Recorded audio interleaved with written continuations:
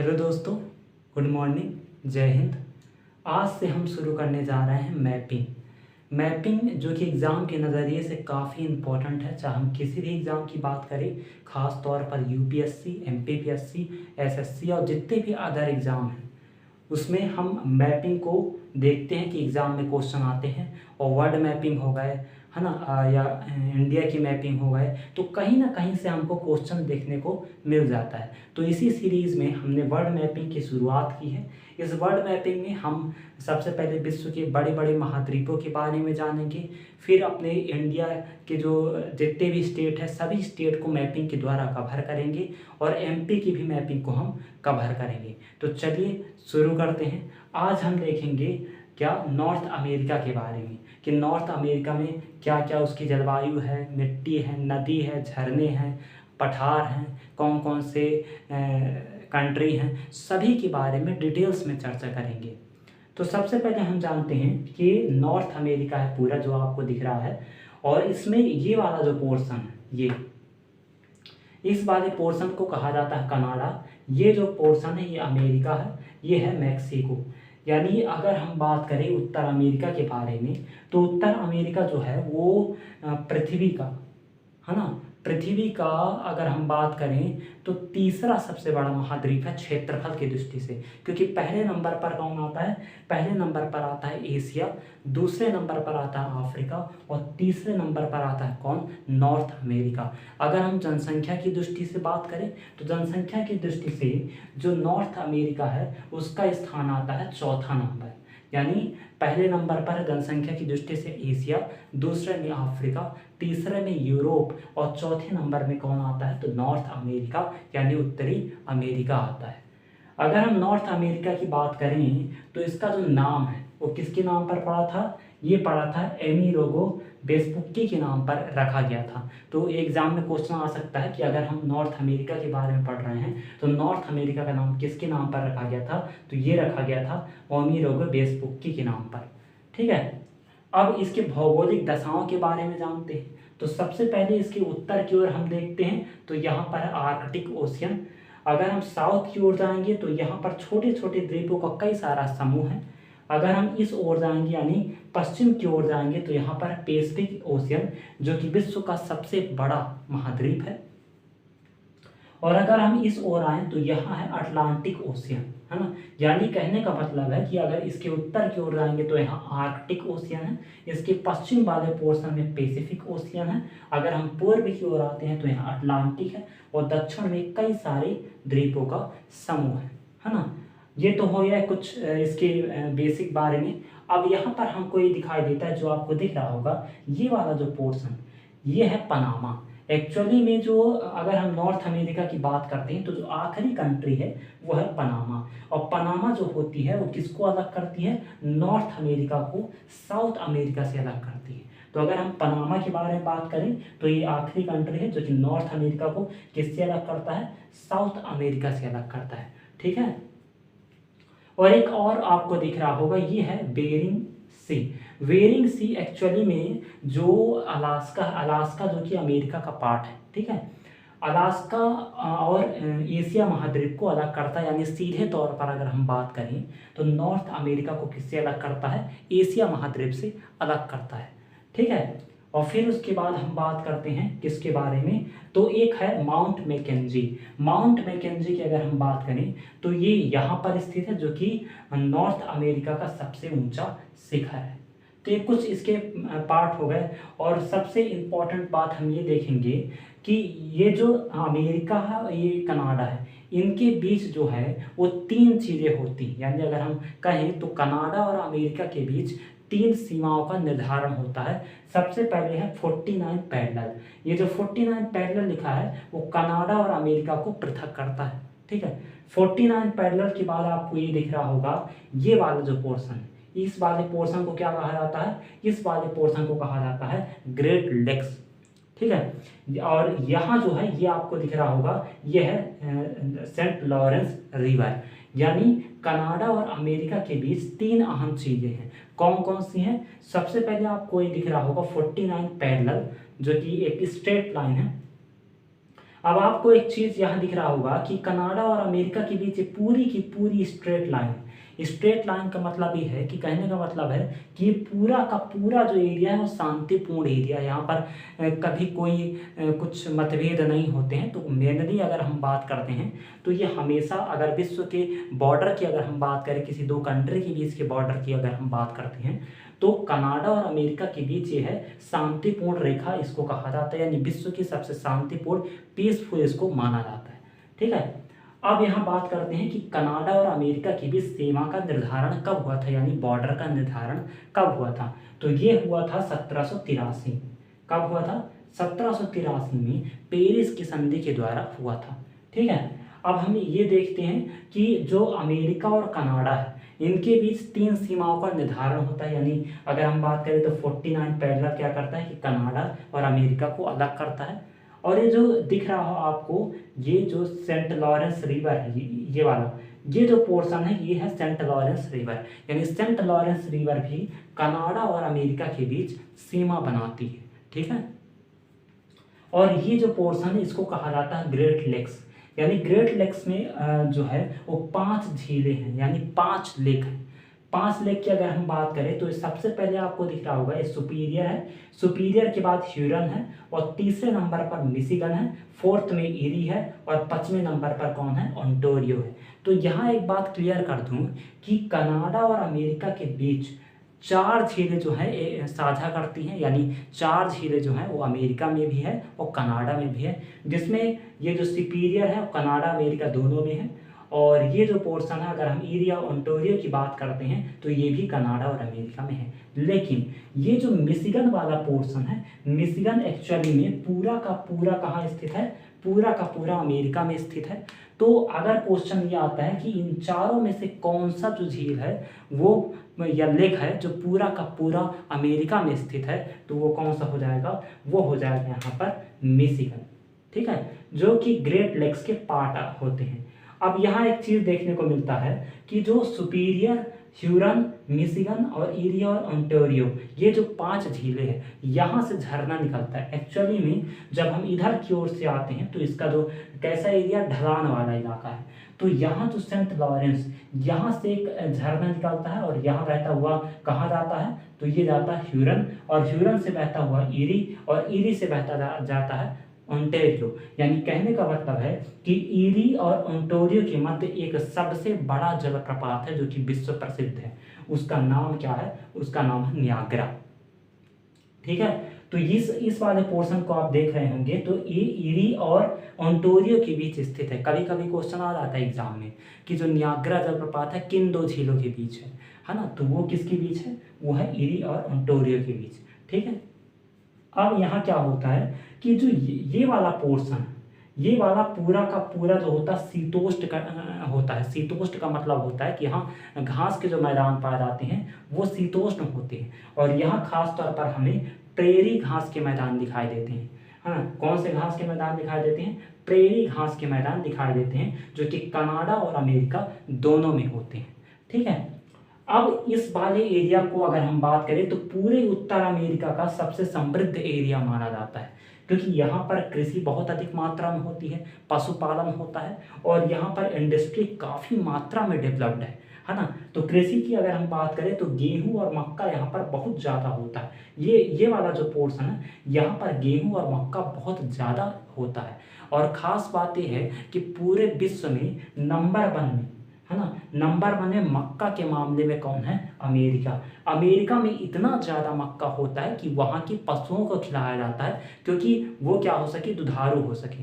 ठीक है, तो ये हो गया। अब यहाँ पर कुछ इंडस्ट्रियल एरिया भी हैं। तो सबसे पहले सुपीरियर लेक के पास में एक इंडस्ट्रियल एरिया है जिसको क्या कहा जाता है? दूलुथ कहा जाता है ना?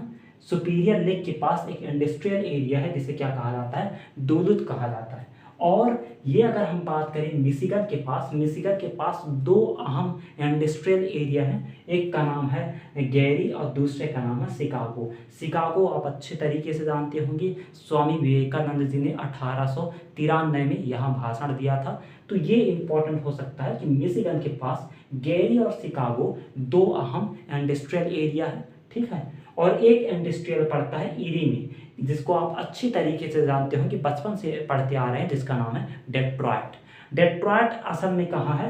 ईरी के नज़दीक है, बिल्कुल ईरी का जो लेक है उसके नज़दीक है। और डेट्रॉयट में हमको क्या देखने को मिलता है? यहाँ पर ऑटोमोबाइल्स के पार्ट बनाए जाते हैं, कई सारी गाड़ियाँ बनाई जाती हैं। ठीक है, तो ये वाला पूरा पोर्शन हो गया।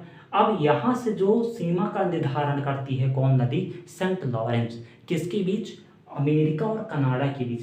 तो सेंट लॉरेंस रिवर कहाँ जाकर गिरती है? सेंट लॉरेंस की खाड़ी में। अब खाड़ी होता क्या है, तो इसको हम समझते हैं। खाड़ी का मतलब होता है कि जो तीन ओर से रिवर से घिरा हो, तो क्या कहलाता है? खाड़ी कहलाता है। जैसे फॉर द एग्जांपल मैक्सिको की खाड़ी, अपने भारत में बंगाल की खाड़ी है, तो कई सारी खाड़ियाँ हैं जो कि तीन ओर से रिवर से घिरी होती है।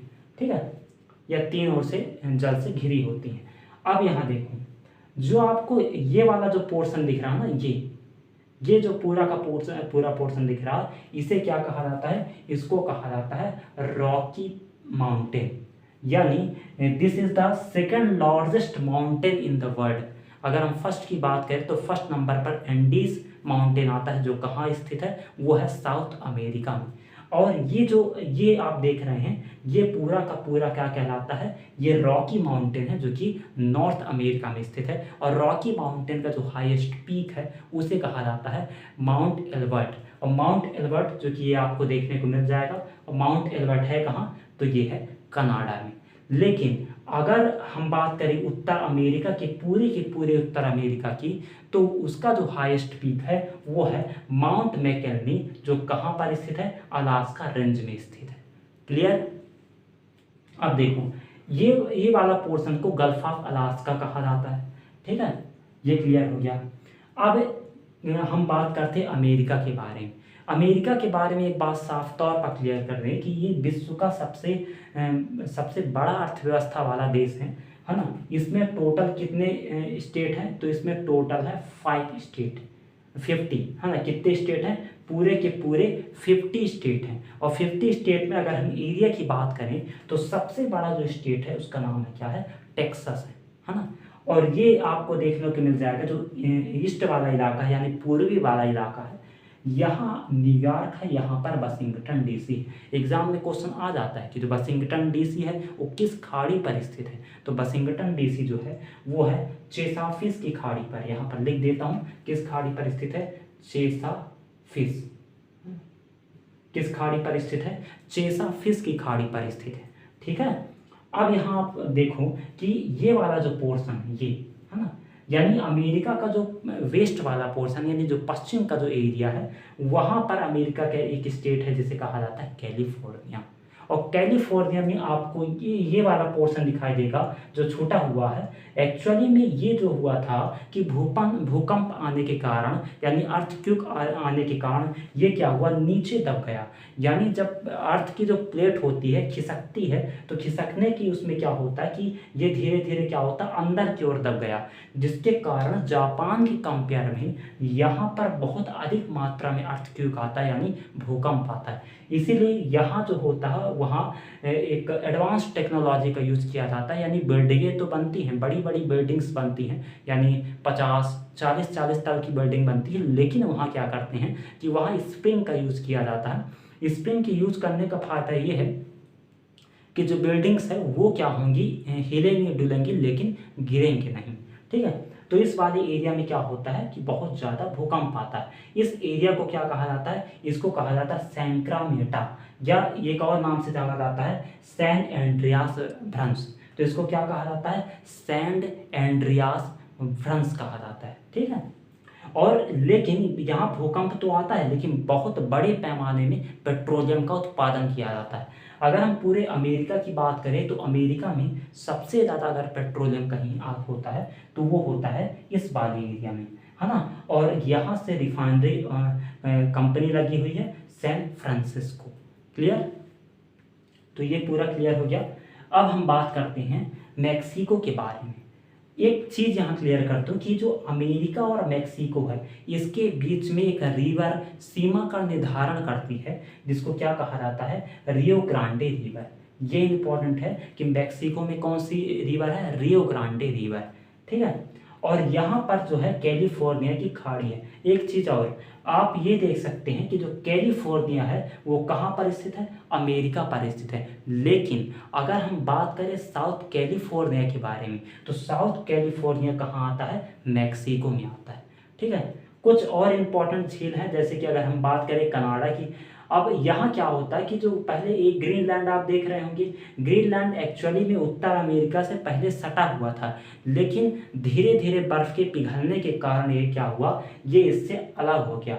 अब यहाँ क्या होता है कि जो कनाडा का जो नॉर्थ वाला पोर्शन है वो पूरा का पूरा बर्फीला इलाका है और यहाँ ज़्यादातर झीलें देखने को मिलती हैं। यानी ठंड में क्या होता है कि ये जम जाती हैं और गर्मी में पिघलने लगती हैं, तो यहाँ कई सारी झीलों का निर्माण होता है। इन झीलों में इंपॉर्टेंट झील ये है जैसे ग्रेट बैरियर हो गया, ग्रेट स्लेव हो गया, ग्रेट अथवादक हो गया और ग्रेट विनिपेग हो गया, है ना। तो ये चारों के चारों झील जो है कहाँ पर अवस्थित है, कनाडा में अवस्थित है। ठीक है, अब देखो तो यहाँ पर हम मैक्सिको की बात कर रहे थे, तो मैक्सिको यानी जो रॉकी पर्वत है वो स्टार्ट होता है कनाडा से और एंड होता है कहाँ तक, मैक्सिको तक।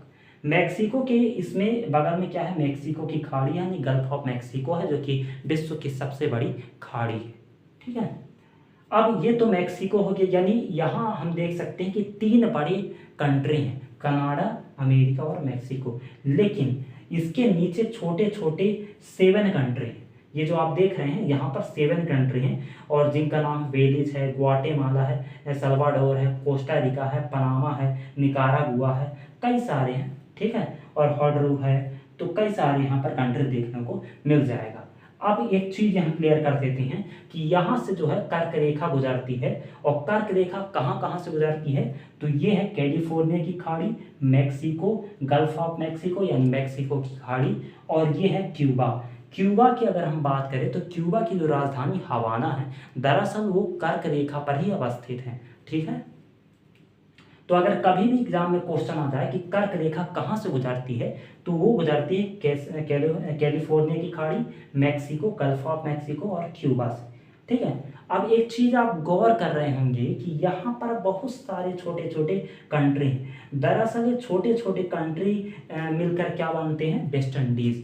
यानी जैसे अगर हम बात करें यहाँ पर आपको देखने को मिल जाएगा जमैका है, क्यूबा है, हैती है, डोमिनियन रिपब्लिक है, तो ये सारे कंट्री मिलकर एक समूह बनाते हैं, ग्रुप बनाते हैं जिसको कहा जाता है वेस्ट इंडीज़। आपने देखा होगा क्रिकेट में जो वेस्ट इंडीज़ टीम होती है दरअसल वेस्ट इंडीज़ नाम का कोई ऐसा देश नहीं है, वो क्या है कि कई सारे कंट्री का एक समूह है। ठीक है, तो ये अब एक चीज़ आपको यहाँ पर देखने को मिल जाएगा, यहाँ पर है फ्लोरिडा।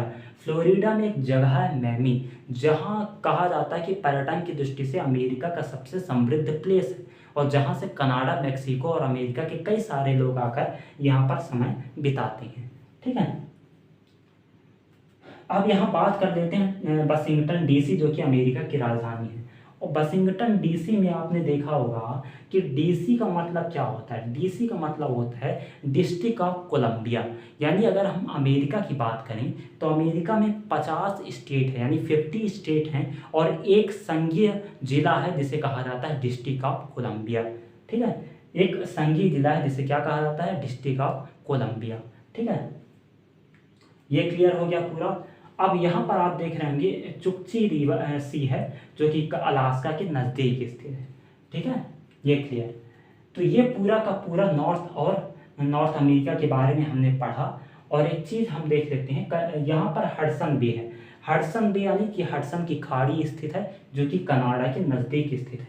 एक ग्रीनलैंड है। अगर हम ग्रीनलैंड की बात करें तो ग्रीनलैंड की राजधानी क्या है, तो ग्रीनलैंड की राजधानी की अगर हम बात करें तो ये है नूक, है ना, और ये जो मुद्रा है उसका नाम है क्रोन। और कुछ नॉर्थ अमेरिका के तथ्य के बारे में जान लेते हैं, जैसे कि अगर हम बात करें यहाँ पर विश्व प्रसिद्ध नायाग्रा फॉल है ना, एरी झील है, जैसे हम ओंटारियो झील के बारे में बात करें, प्रेरी घास का मैदान है, औद्योगिक और कृषि क्षेत्र बहुत बड़े पैमाने पर यहाँ पर होता है। ठीक है, और दुनिया की सबसे लंबी पर्वत श्रृंखला रॉकी पर्वत है ना, ये कई सारी चीज़ें हैं।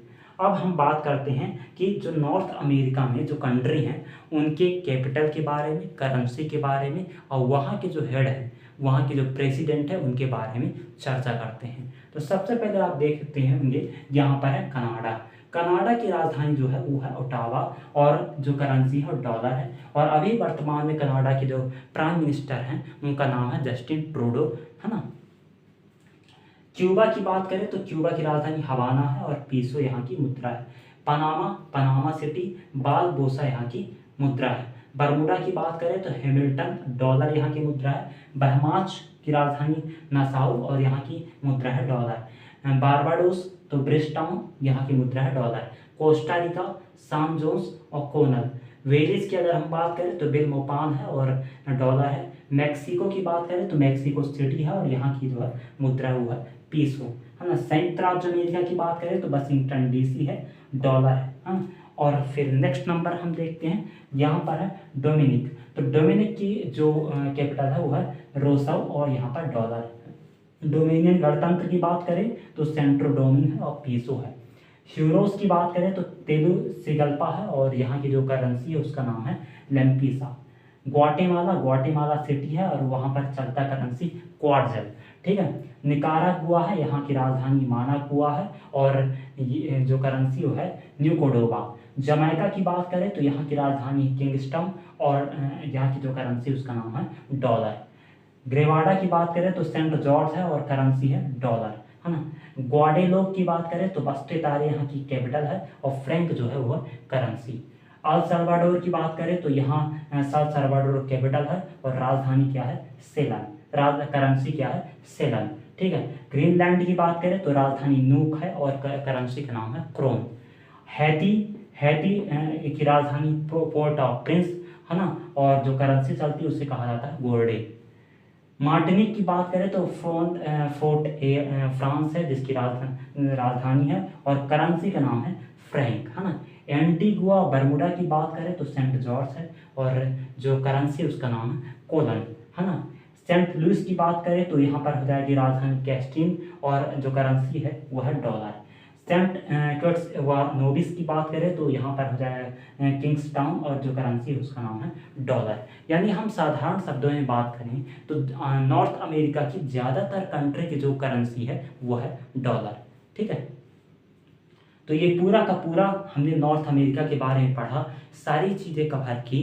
कैसा लगा आपको सेशन, प्लीज़ कमेंट बॉक्स में बताइएगा। अगला जो सेशन होगा, अगली जो क्लास होगी उसमें हम साउथ अमेरिका के बारे में पढ़ेंगे। नमस्कार।